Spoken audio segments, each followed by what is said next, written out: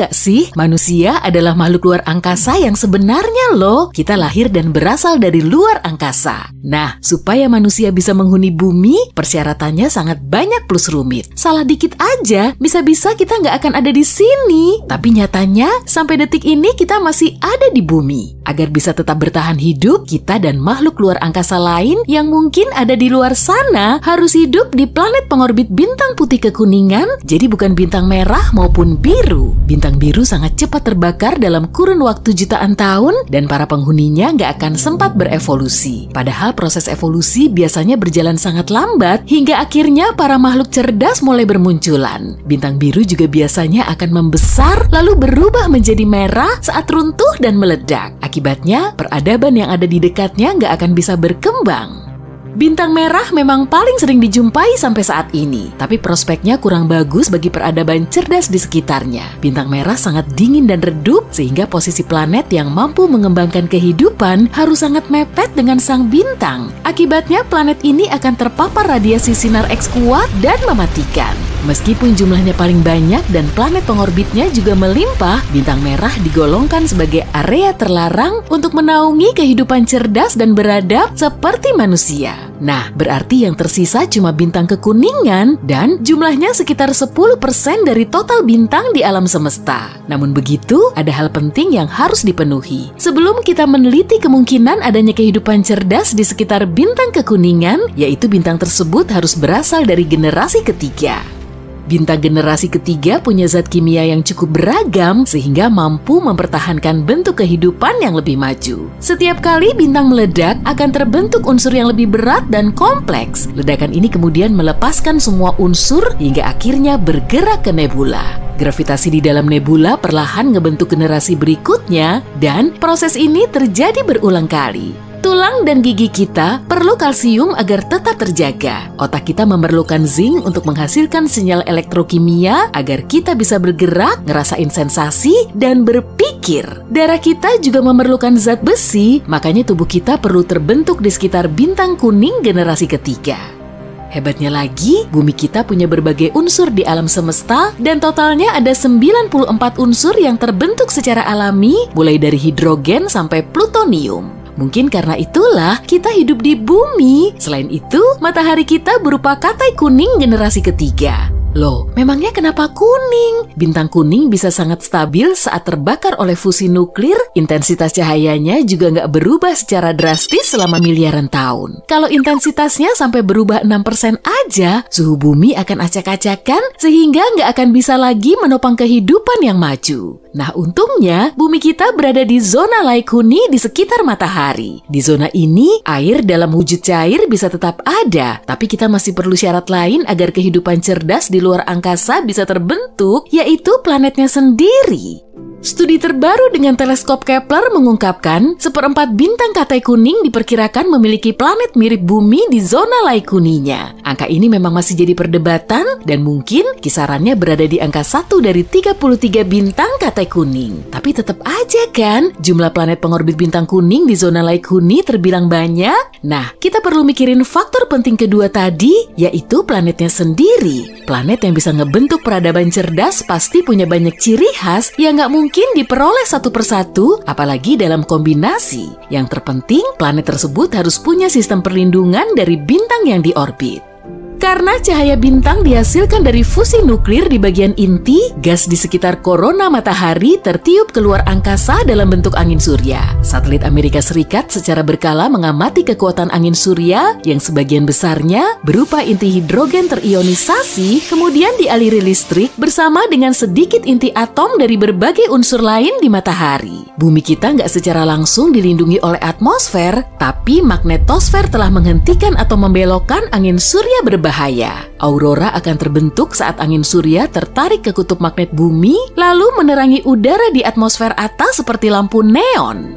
Tanpa magnetosfer di sekelilingnya, semua planet akan terpanggang oleh hujan inti hidrogen terionisasi dari sang bintang meski berada di zona Laikuni. Planet yang bisa menopang kehidupan harus punya magnetosfer yang cukup kuat agar bisa membelokkan angin surya. Dan nggak semua planet di tata surya kita punya pelindung ini. Raksasa gas seperti Jupiter, Saturnus, Uranus, dan Neptunus memang punya magnetosfer, tapi di dalamnya nggak ada bentuk kehidupan. Di antara planet berbatu, cuma Bumi dan Merkurius yang punya magnetosfer. Di Merkurius pun kandungannya terlalu lemah sehingga nggak mampu menghentikan angin surya. Apalagi lokasinya sangat mepet dengan matahari.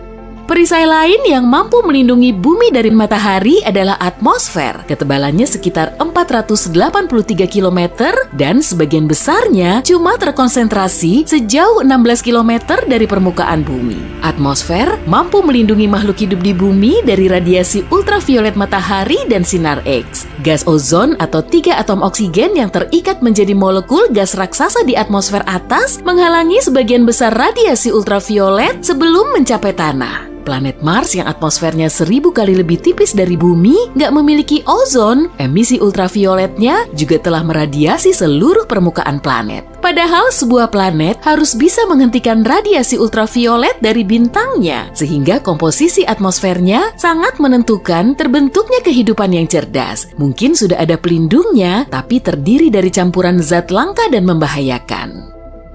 Sebagian permukaan planet harus padat supaya bisa dipijaki dan dilalui. Planet ini juga harus punya kerak. Peradaban di bawah air atau di atmosfer planet lain cuma ada di dalam fiksi. Di dalam kerak ini juga harus ada lempeng tektonik yang terus bergerak. Pergerakan lempeng tektonik akan menghasilkan subduksi kerak. Nah, subduksi ini terjadi saat lempeng tektonik menunjam atau menggeser lempeng lain, kemudian membawa materi baru ke permukaan planet. Perubahan bahan kimianya bisa mencegah terjadinya keseimbangan sifat kimia karena nggak ada satupun yang bersifat reaktif. Gempa dan gunung berapi juga berkontribusi pada proses perubahan geokimia. Iya, kedua bencana ini juga punya kelebihan. Subduksi lempeng tektonik juga penting bagi kehidupan planet. Di Mars nggak ada aktivitas tektonik. Begitupun dengan Venus dan Merkurius. Padahal di Merkurius ada lempeng tektonik besar, tapi nggak ada aktivitas tektonik selain penyusutan kecil. Di kedua planet ini nggak ada kehidupan, terutama karena di situ nggak ada reaktivitas geokimia oleh subduksi tektonik. Lalu ada juga bulan sebagai satelit alami kita. Rasanya kok agak berlebihan ya kalau kita menganggap kehidupan di bumi tetap ada berkat bulan semata. Meski begitu kontribusinya memang sangat penting. Gravitasi bulan saat bergerak bersama bumi di luar angkasa nggak cuma mempengaruhi pasang surut air laut, tapi juga membantu rotasi bumi untuk menggerakkan magma di bawah sana. Gerakan magma di perut bumi mempengaruhi pembentukan magnetosfer karena banyak mengandung logam. Jadi bulan selalu mengamankan kita di luar angkasa dengan membantu bumi menjadi geodynamo lalu menghasilkan magnetisme. Bulan merupakan satelit terbesar di tata surya kita kalau dibandingkan dengan planet primer yang dikelilinginya. Banyak orang menganggap sistem bumi dan bulan sebagai planet ganda, tapi bukan itu fokus kita saat ini. Bulan juga menstabilkan bumi kita agar kehidupan di dalamnya tetap aman. Karena posisinya terkunci secara gravitasi dengan bumi, bulan berfungsi sebagai tiang penyeimbang bagi para peniti tali. Makanya bumi nggak terlalu banyak goyang dibandingkan dengan planet lain. Nah, goyangan ini dinamakan dengan librasi. Kalau bumi bergoyang seperti Mars atau Saturnus, kondisi cuaca akan sangat kacau balau dan kita nggak akan bisa bercocok tanam. Kondisi astronomi langka plus unik ini saling bersinergi agar bumi bisa ditinggali manusia. Kriteria selain faktor astronomi seperti faktor evolusi, biologis, dan kimiawi juga diperlukan agar kehidupan di bumi bisa terbentuk. Kemungkinannya bisa berlipat ganda, tapi yang jelas kita sangat beruntung telah mendiami bumi. Malah bisa dibilang kita ini telah diberi anugerah yang sangat berharga. Dengan memperhitungkan semua kemungkinan yang ada, sepertinya kok nggak ada ya tempat lain di alam semesta ini yang sebagus bumi. Hari pengumuman. Halo semuanya, selamat datang di vlog Antariksaku. Aku sangat bersemangat karena punya pengumuman penting. Setelah menyelesaikan pelatihan selama bertahun-tahun, hari yang sudah kutunggu-tunggu akhirnya tiba juga. Aku senang bisa menjadi salah satu dari 350 orang yang terpilih menjadi astronot NASA. Ada satu fakta menarik nih, 7 astronot pertama termasuk dalam jumlah tersebut. Jadi, bisa dibilang aku masuk dalam jajaran legenda. Kabar baiknya, sekarang aku sudah selesai berkutat di lab realitas virtual dan akan pergi ke luar angkasa. Banyak sekali yang harus kulakukan untuk bersiap-siap menghadapi misi pertamaku. Jadi, vlog kali ini kubuat singkat saja. Tapi, bersiaplah untuk mendengar semua tentang petualangan luar angkasaku dalam beberapa hari ke depan. Sehari sebelum peluncuran. Kalian pasti mengira sehari sebelum peluncuran akan menjadi hari yang sibuk bagi para kru, bukan? Tapi kenyataannya justru cukup santai. Karena hari-hari yang akan datang akan penuh dengan tekanan, NASA mengizinkan kami menghabiskan waktu bersama beberapa anggota keluarga atau teman yang sudah diizinkan untuk berada di dekat kami selama masa karantina pra-peluncuran. Kami juga bisa menginap di rumah pantai milik mereka. Ini sungguh pekerjaan impian, bukan? Tapi hal terpenting yang disarankan untuk kami lakukan hari ini adalah tidur nyenyak. Itu kalau bisa, jadi jangan dipaksakan. Aku akan coba usahakan jadi langsung tidur saja. Untung saja kami dilarang minum kopi 24 jam sebelum peluncuran. Kalau enggak, aku yakin kandungan kafeinnya akan membuatku nggak bisa bermimpi indah. Hari peluncuran. Inilah hari pentingnya. Pertama-tama, meskipun ini salah satu lagu favoritku, aku berusaha nggak mendengarkan lagu Space Oddity dari David Bowie karena nggak mau ada suasana sedih. Kedua, kopi masih nggak dibolehkan untuk sarapan pada pagi hari peluncuran karena sifat diuretiknya. Sering buang air kecil bisa jadi masalah saat sedang di dalam kokpit menuju luar angkasa. Ini mungkin sedikit mengejutkan bagimu, tapi selain semua itu, para astronot punya waktu istirahat yang cukup banyak saat hari peluncuran. Sebelum berangkat ke landasan peluncuran, kami melakukan pengecekan terakhir dan pergi ke toilet untuk buang air kecil sebelum peluncuran. Setelah itu, saatnya naik ke kokpit. Banyak dari kami tidur sejenak di dalam kokpit, sementara sistem melakukan ribuan pemeriksaan pra-peluncuran, termasuk pemeriksaan suara dari udara ke darat dengan kontrol peluncuran dan pengendali misi. Berikut ini ada fakta menarik untukmu. Kami memakai popok dewasa pada waktu ini untuk berjaga-jaga. Baiklah, kita hentikan dulu pembicaraan soal buang air. Nah, sekarang semuanya sudah diperiksa dan saatnya menyalakan mesin utama. Bersiap untuk lepas landas. 5, 4, 3, 2, 1. Woohoo! Satu hari di luar angkasa. Selamat datang di luar angkasa. Tadinya aku mau bilang akan membawamu berjalan-jalan melihat seperti apa hari-hari seorang astronot dalam misi luar angkasa. Tapi di sini aku akan membawamu melayang. Oke, pertama, setiap menit dan detik dalam satu hari seorang astronot di luar angkasa sudah direncanakan. Mulai dari makan dan menyikat gigi hingga bekerja dan tidur. Setiap tindakan yang kami lakukan harus sesuai jadwal. Hal-hal yang harus kami lakukan sudah direncanakan hingga setiap 5 menit oleh tim di bagian pengendalian misi yang disebut Ops Planner. Ini sangat penting karena jadwal ini menjelaskan apa yang sedang terjadi dan siapa yang terlibat dalam suatu kegiatan setiap waktunya di stasiun luar angkasa. Tapi jangan khawatir, kami nggak hanya bekerja tanpa bersenang-senang. Meskipun semua dijalankan sesuai jadwal, kami masih punya waktu luang untuk diri sendiri.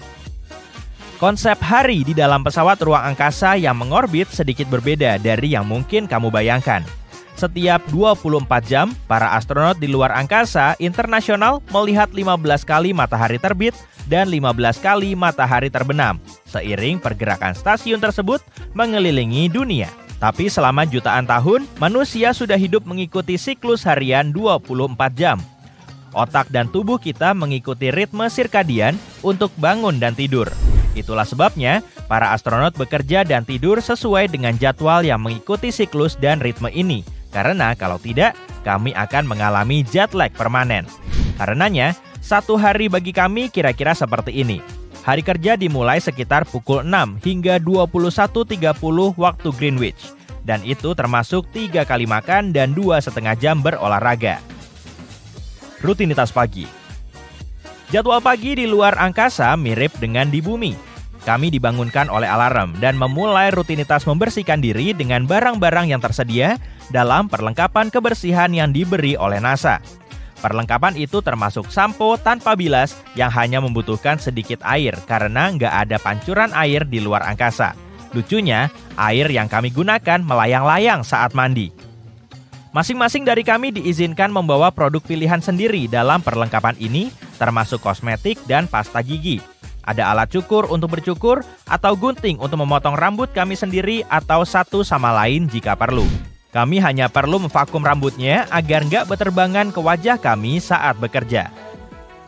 Makanan. Kami tidak pernah melewatkan sarapan. Ini makanan pertama dari 3 waktu makan, termasuk makan siang dan makan malam. Banyaknya porsi makan kami sangat bergantung pada kebutuhan kalori masing-masing. Satu hal yang menyenangkan adalah kami nggak perlu memasak atau mencuci piring, karena makanan sudah dimasak di bumi dan tersedia dalam kemasan sekali pakai. Perlu kamu ketahui, makanan luar angkasa sudah banyak peningkatan dalam hal rasa dan variasi sejak misi Apollo, di mana para astronot hanya makan makanan yang dibekukan selama berhari-hari. Tugas di luar angkasa. Setelah selesai makan, saatnya kami mulai bekerja. Masing-masing dari kami bersiap mengerjakan tugas hari itu. Tugas-tugas ini bervariasi, mulai dari mengawasi eksperimen hingga melakukan pemeliharaan rutin pada peralatan stasiun. Pekerjaan kami juga termasuk memeriksa proyek-proyek yang dikendalikan dari bumi, serta berpartisipasi dalam eksperimen untuk mengetahui seberapa baik tubuh kami beradaptasi selama tinggal di luar angkasa dalam jangka waktu lama. Gym luar angkasa. Olahraga kami bagian penting dari hari-hari kami. Kami menghabiskan waktu berjam-jam setiap hari untuk berolahraga.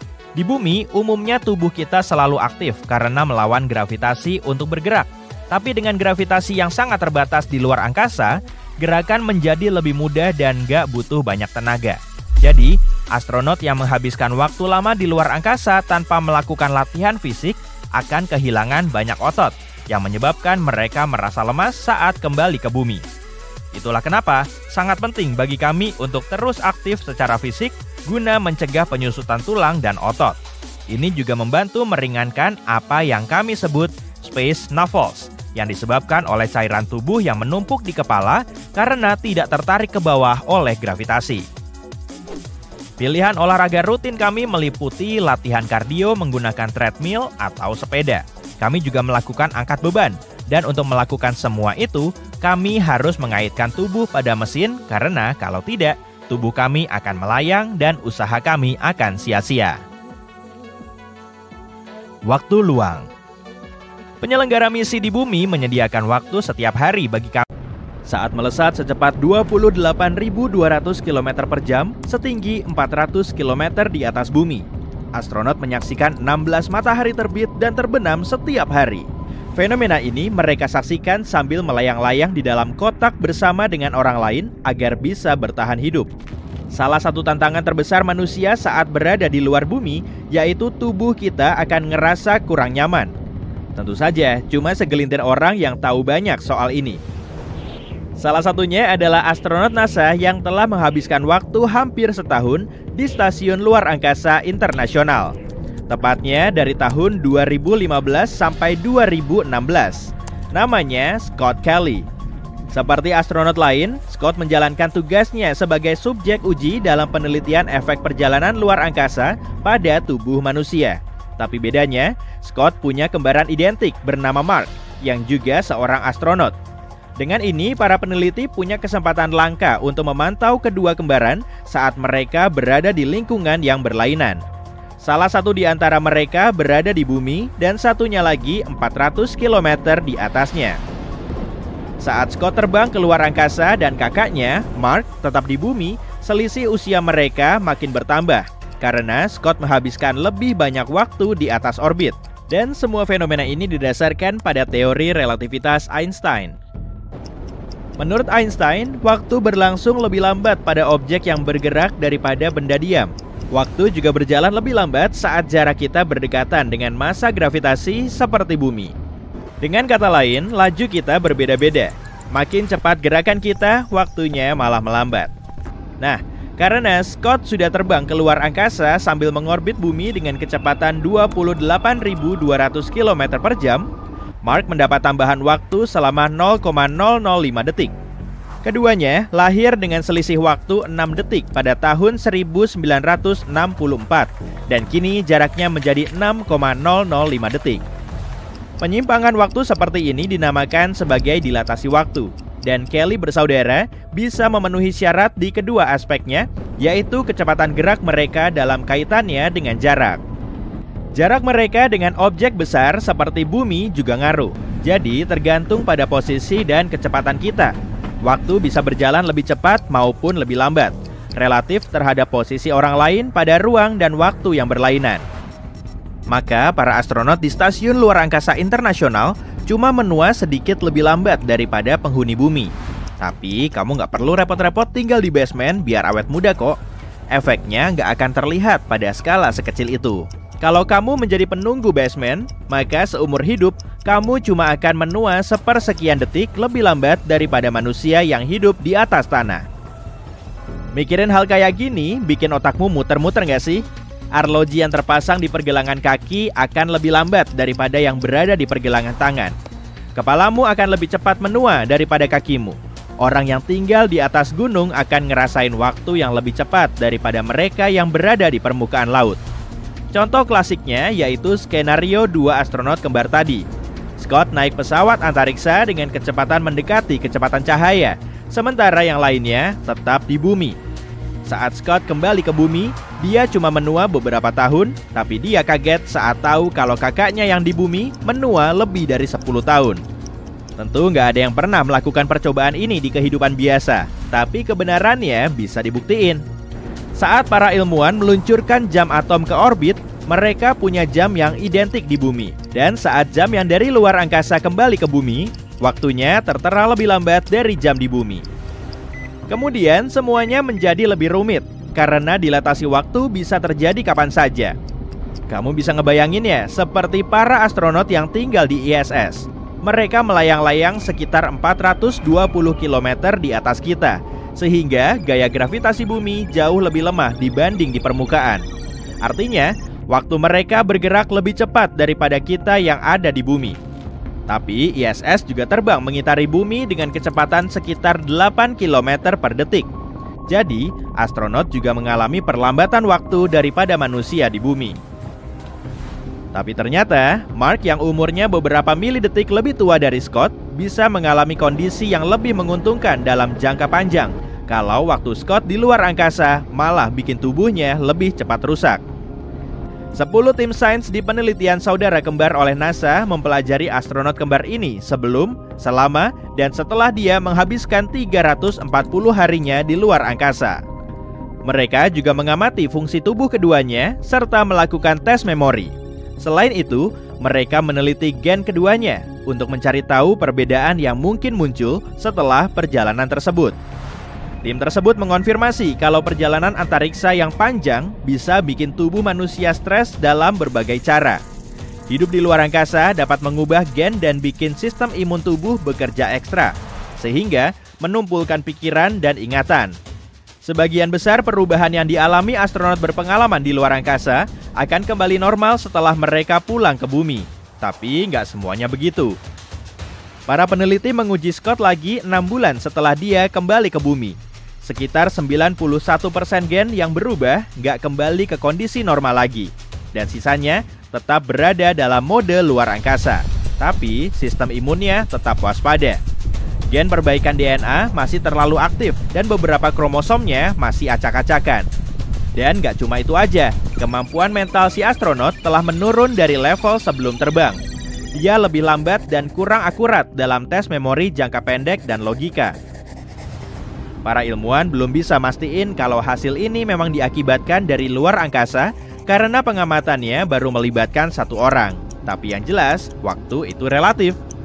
Jadi begini gambarannya. Kalau ada jam yang diam di jalanan saat kamu mengemudi dengan kecepatan sangat tinggi dan kamu kebetulan melewati jam ini sambil meliriknya sekilas, lajunya akan lebih lambat atau mungkin benar-benar diam. Fenomena ini disebabkan oleh kecepatan fungsi mekanik jam, berjalan lebih lambat dari mobilmu. Yang kamu lihat pada jam adalah waktu di masa lalu, sedangkan kamu sudah melewatinya dan sudah berada di masa depan. Selama percobaan kecepatan tinggi ini, kamu nggak menua sama sekali karena semua proses di dalam tubuhmu berjalan pada kecepatan yang sama sepertimu. Setelah usia tertentu, kondisi tubuhmu mulai menurun hingga akhirnya berhenti berfungsi. Fenomena penuaan ini terutama pada manusia disebabkan oleh struktur protein dalam sel yang bernama telomere. Struktur ini melindungi sel kita agar tidak rusak, tapi dengan setiap replikasi sel, telomere mulai kehilangan kekuatannya yang disebut panjang telomere. Jika panjang telomere memendek sampai batas tertentu, sel ini menjadi rentan terhadap penyakit. Bisa dibilang, telomere adalah penghitung waktu mundur alami dalam tubuh kita yang menentukan kapan masa hidup kita akan habis. Panjang telomere dapat dipengaruhi oleh faktor eksternal seperti stres yang mempercepat penghitung waktu kita. Eksperimen penelitian kembar dari NASA termasuk mendokumentasikan perubahan panjang telomere dari Kelly bersaudara. Panjang telomere Scott meningkat saat dia di Stasiun Luar Angkasa Internasional. Sebelum misi, keduanya punya panjang telomere yang hampir sama. Maka, kalau kita mengesampingkan beberapa faktor seperti masalah stres mental, kedua saudara ini kemungkinan akan hidup seumuran. Tapi saat Scott mengorbit bumi, telomernya hampir mencapai 14,5% lebih panjang. Secara biologis, Scott beberapa tahun lebih muda dari kakaknya. Tapi akhirnya, panjang telomere Scott kembali normal setelah dia kembali ke bumi. Proses ini menghabiskan waktu hampir 190 hari hingga telomernya kembali ke ukuran semula. Sampel darah dari ISS juga dikirim kembali ke bumi untuk diproses. Maka, darah tersebut nggak bergerak dengan kecepatan ISS lagi. Paradoks ruang dan waktu juga menjelaskan kalau Scott seharusnya lebih muda saat kembali. Tapi, panjang telomernya kembali ke keadaan semula seperti sebelum misi. Sehingga, usia Scott kembali sama dengan Mark. Minimnya gravitasi merupakan penyebab utama dari perubahan besar pada proses penuaan. Gravitasi punya peranan penting pada kebanyakan sistem tubuh kita, misalnya saja sistem otot. Otot lansia cenderung menyusut dan memburuk seiring bertambahnya usia, sehingga jadi kurang fleksibel. Otot astronot juga mengalami kesamaan karena mereka jarang menggunakannya. Makanya, para astronot yang tinggal di luar angkasa dalam waktu lama menggunakan mesin latihan khusus untuk membantu mengurangi efek ini. Proses serupa juga terjadi pada tulang. Seiring waktu, manusia di bumi mulai kehilangan massa tulang dan biasanya berkisar antara 1-2% per tahun. Tapi di luar angkasa, mereka sangat cepat kehilangan massa tulang dan angkanya mencapai 1-2% setiap bulan. Karena tubuh astronot nggak perlu menopang berat badan, tulang mereka mulai mengurangi produksi bahan baru, lalu meningkatkan jumlah penyerapan tulang lama. Untungnya, sistem kerangka mereka biasanya kembali normal setelah mereka cukup lama tinggal di bumi. Kalau Scott terlindung dari semua bahaya luar angkasa, seperti radiasi saat mengorbit di ISS, maka dia akan hidup lebih lama dari Mark. Meski menyimpan 0,005 detik, sang astronot masih mengalami beberapa gejala proses penuaan. Jadi, kalau kamu pengen berlama-lama liburan, usahakan tetap berada di dekat bumi dan bergerak super cepat. Weekendmu memang nggak akan terasa lebih lama, tapi sebetulnya kamu bisa mendapat tambahan sepersekian detik. Tapi, kamu nggak perlu jauh-jauh keluar angkasa kok untuk melakukan eksperimen kecil ini.